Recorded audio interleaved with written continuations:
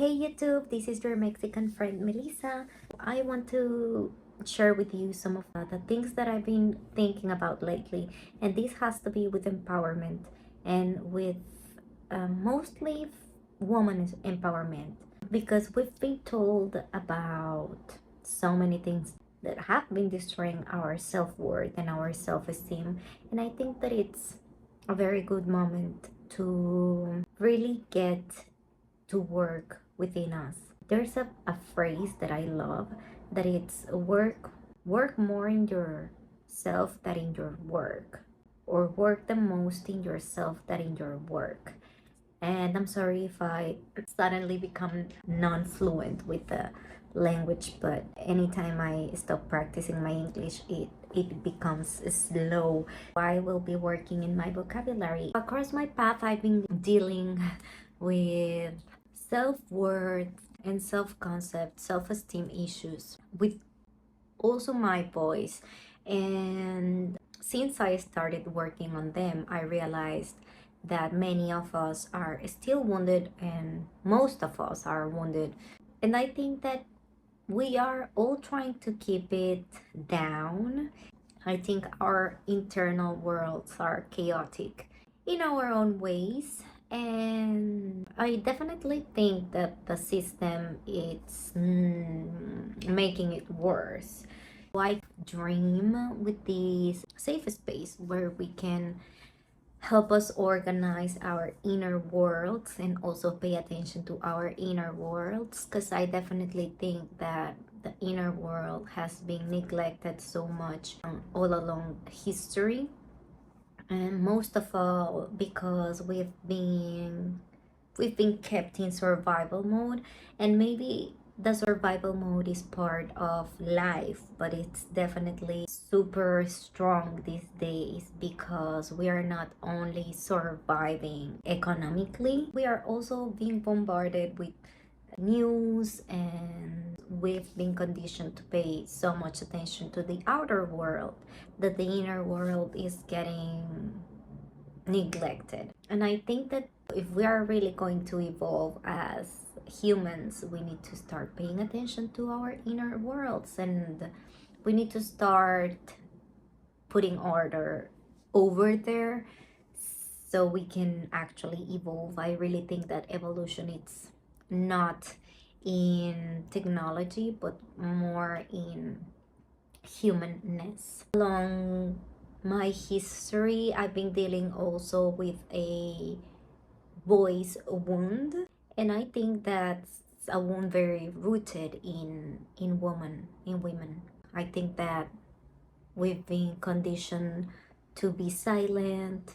We've been taught that you are cuter when you don't have an opinion, that having an opinion is also like a masculine thing. And well, with all that masculine feminine energy thing, I think that we are getting all confused, and we are just fighting each other to have the last word, and we are not finding middle points. I think that's also another important part, another important purpose of this.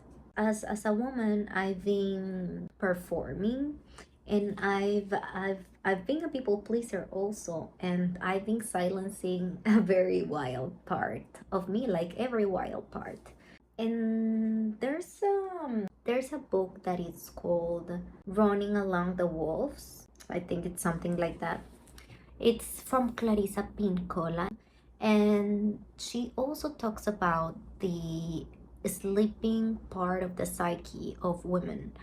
It's this intuitive side. We've been taught that feminine energy is flowy and submissive and soft, but actually there's a feminine energy that it's wild and chaotic. I will cover that piece of information in another video.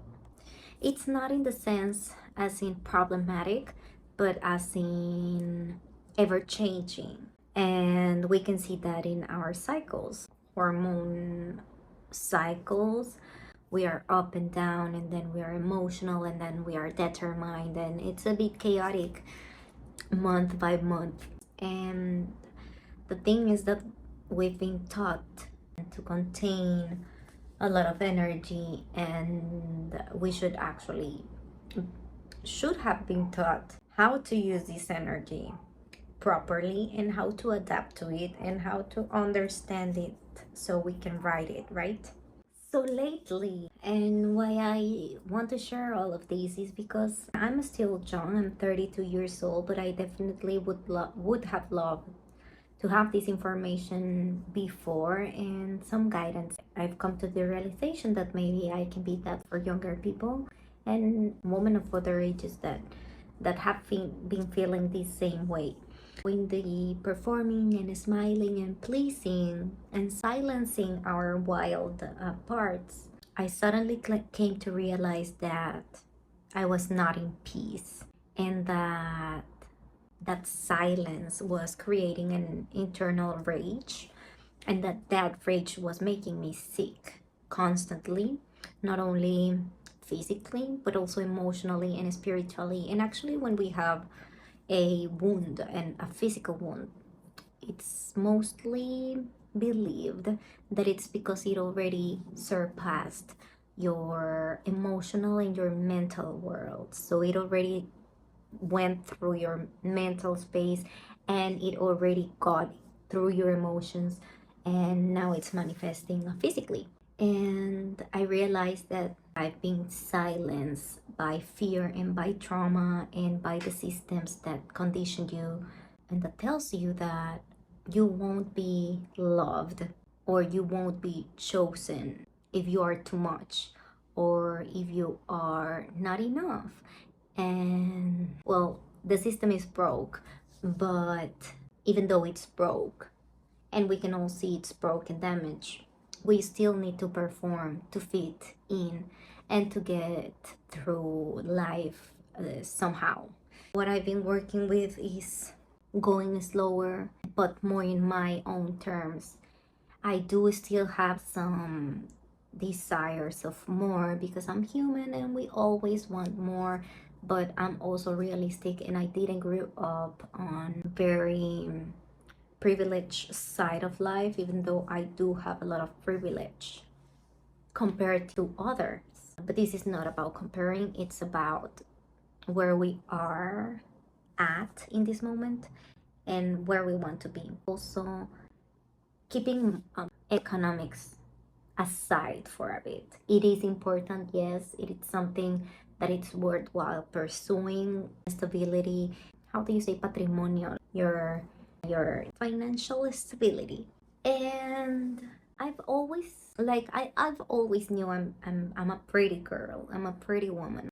I am not here to put myself down so you can catch me up and say, oh no, you're so beautiful. But I'm not as beautiful. I'm not the standard one. I am short. I'm not curvy. I don't have the perfect body. I was in so much trouble with my body. Like, I had so many issues. I didn't like myself, and I really went through a lot of self-hate, and all of these I share with you just for you to know that I've been working on how I perceive myself and how I measure my worth now versus then. Because before I was all broke. I was measuring myself by my economics, by my beauty, by if I was cared for or not, or wanted or not, or liked or not, or accepted or not. And I am a very eccentric woman. I'm not as extravagant. Maybe if I was richer, I would be, definitely.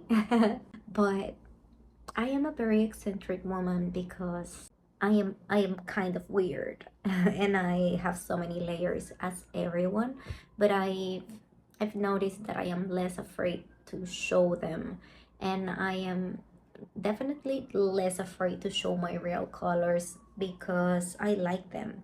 I finally came to like them. I used to be at war with my dark sides and with the things that I didn't like about myself, but since a while ago I was very very serious on getting my together basically, and getting my self-worth in the place that it needs to be, because there's an issue if you can't see it, because it doesn't matter if you don't acknowledge it, someone will. There will be someone that will acknowledge it and will see what you can't see and will take advantage of it. It's because we are in survival mode. Not everyone is actually trying to be a pain in the A, but sometimes people will be a pain in the A if they feel that they need to do that in order to move through life. And it won't matter if you are left behind. So you need to prioritize yourself as well, and that's something that I also have been learning. And I want to learn this lesson in a way that I don't have to put other people down in order to feel that I can move through life. That's another thing. I definitely think also that I made myself small because I got used to people telling me, like talking me in diminutivos, because I am a short person. Everyone was like Brendita, Brendita, Brendita, like little Brenda, right?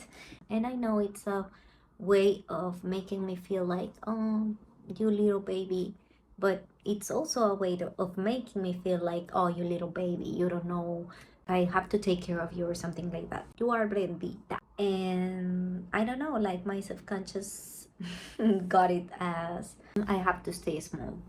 But I realized that I am not here to stay small, and I don't like being small. I like taking up space, enough space for me to feel comfortable. I don't need the whole room. I just need to make myself enough space to not be stepped on, and not to have to merge with people that I do not want to merge with. And I guess I'm here to burn pretty cages, to wake up the voices behind the mask. And this is not only about using our voice, it's also about standing in our power and getting back to our power. This is what I can offer to you right now. Welcome to this space. The name Gospel of Melissa was something that I came up with once, and I think it's very accurate and I love it. I will be sharing with you what's inside my inner world. If you can take any of it and help you build your inner world or order your inner world, that's perfect for me, and that's more than enough. I will see you in the next video, and like, comment, and subscribe, and leave a comment if you have any doubt, or if you want me to address something in the next videos. I would love that. I am actually trying to build a community. Here we are, and I'll see you in the next video. Thank you.